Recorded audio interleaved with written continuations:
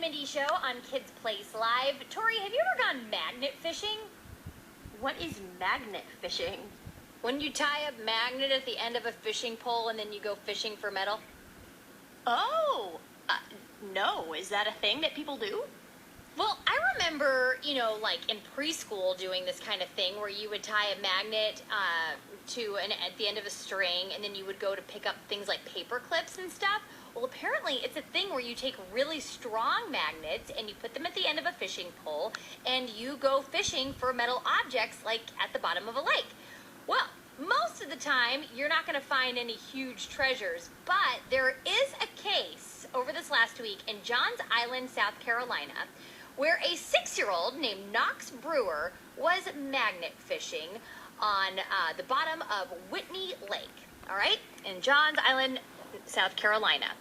And he was just trying to pass some time when he found something at the bottom of his fishing pole. And he's like, I think I caught a big one. And he starts pulling and pulling and pulling and trying to reel this thing in, and it just wouldn't budge. So then he got one of his grown-ups to help him pull it all the way up. He pulled this thing that he had magnet fished in the bottom of the lake out. And guess what it was, Tori?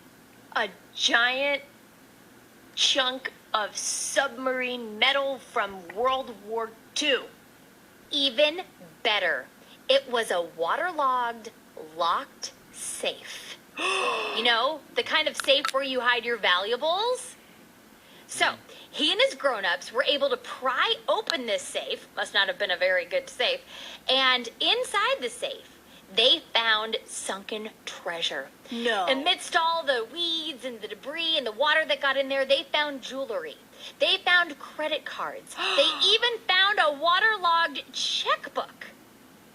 And so then they didn't know what to do with this stuff. And in the spirit of things, they went to the police and they said, we accidentally went magnet fishing at the bottom of Whitney Lake and we pulled up a lock safe. So the police went back through their records to see if anybody had lost a locked safe. Well, turns out 8 years ago, a woman had her house broken into. Her safe was stolen. They contacted her. She lived right across the street from the lake. And lo and behold, it was her safe. No now, way. Most of the valuable items in the safe had already been taken out. So it looked like the hamburglers, had stolen some of the good stuff, locked it back up, and just threw it in the bottom of this lake. Well, she was able to find a very special charm bracelet to her that meant a lot. Aww. And, her checkbook is probably not going to be usable anymore. Yeah. But still, for her, she felt like, wow, this finally solved this 8-year-old mystery that she had been living with. It gave her some closure. All because a 6-year-old decided to find something to do with his quarantine time. Magnet fishing. I wonder how big the magnet on the end of your fishing pole has to be to attach itself to something that heavy. It had to be pretty big, but now I'm thinking, I want to know more about this magnet fishing. This must be a thing. Maybe this is like the new geocaching. So if anybody listening right now has experience with magnet fishing in a big way, let us know how you do it. Or maybe show us a picture of your magnet fishing pole. Grown-ups, you can post those pictures on our Absolutely Mindy post-show parent club group on Facebook. And if you're a kid and you want to tell us about it, you can actually call and leave a message right now. 1-866-328-2345. All right. Pretty amazing story there. Kids can do amazing things. 6 years old.